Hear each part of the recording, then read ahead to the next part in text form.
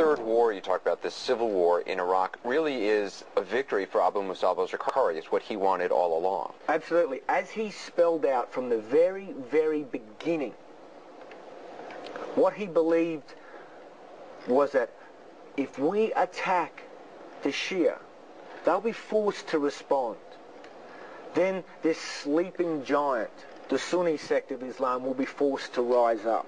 He believed that was the key to the way forward. So essentially, he created the civil war that not only now exists in Iraq, but is dominating the political and military landscape.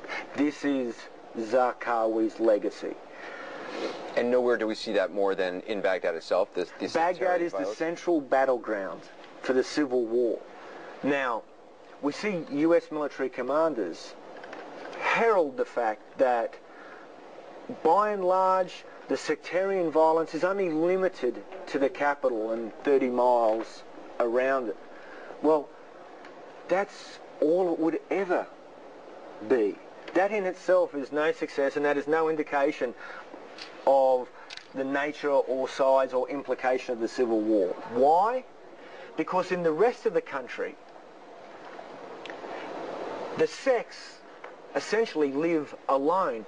It's only in the melting pot of Baghdad that we see, in a very concentrated way, the sects coming together. So Baghdad was always going to be the fault line in any such war. In Baghdad, there's now this situation of different groups controlling different territory. You have Muqtada al-Sadr in Sadr City with his own army, essentially. What does the sectarian civil war look like? Well, there's no clear front line because everything is so mixed. But we are starting to see divisions occur. Essentially, the capital of Iraq is divided by a river. And as a rough, very rough rule of thumb, what we're seeing emerge is that one side is dominated by the Shia and the other side is increasingly becoming dominated by the opposing Sunni. This civil war, this sectarian bloodletting of neighbour against neighbour is happening everywhere. In the streets, in the neighbourhoods. I mean, we're seeing at least 30, 40, 50 bodies showing up on the streets of this city every morning. And it's not just bodies that have been shot. I mean, these people are people who have drills, holes drilled into their head with power tools. For no reason. It's not to extract information. It's simply to make their death as brutal and as horrific as possible. And these death squads, are some of them controlled by members of the Iraqi government? Absolutely. Absolutely. Many of these death squads, if not coming from within the ranks of the government or the ranks of its police,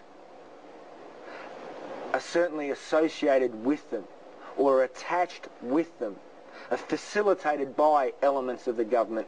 Simply, they could not exist without the active or at least tacit support of this government. When you're stopped at a roadblock by Iraqi police officers, do you open your doors? Do you roll down your windows?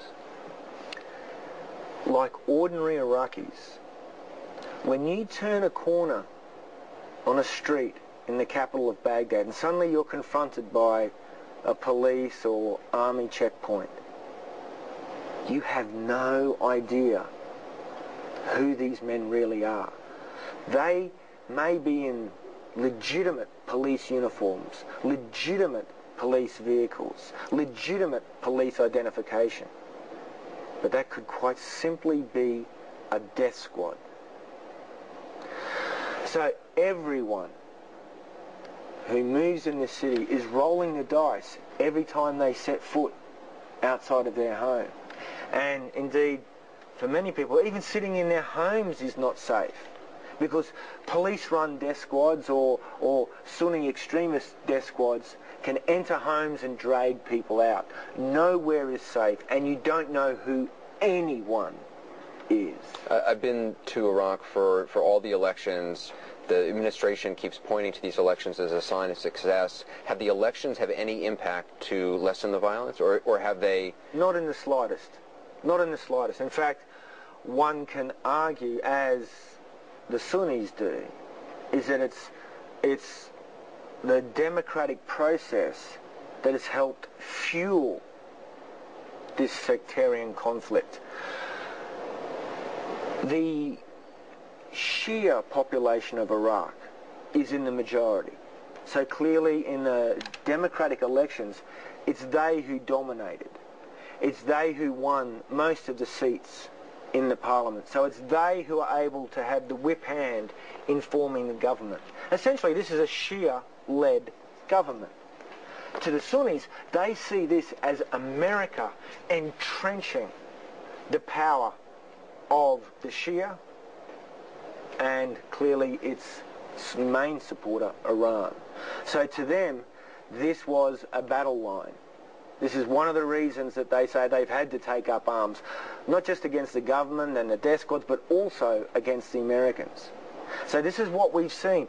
Ordinary Sunni Iraqis who have sat on the fence or who have just sat and waited for the prosperity and safety that we promised them to be delivered, drift towards Al-Qaeda and its affiliates.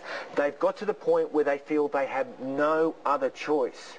And the true winners of the war so far, of the invasion and the occupation, at the end of the day, are the Islamic extremists on both sides, represented by Al-Qaeda on one hand and ultimately Iran on the other. They're the winners so far. And when we come back, we'll talk about Iran and what is really, Michael refers to as the fourth war, the proxy war, the covert war against Iran. We'll talk about that when we come back.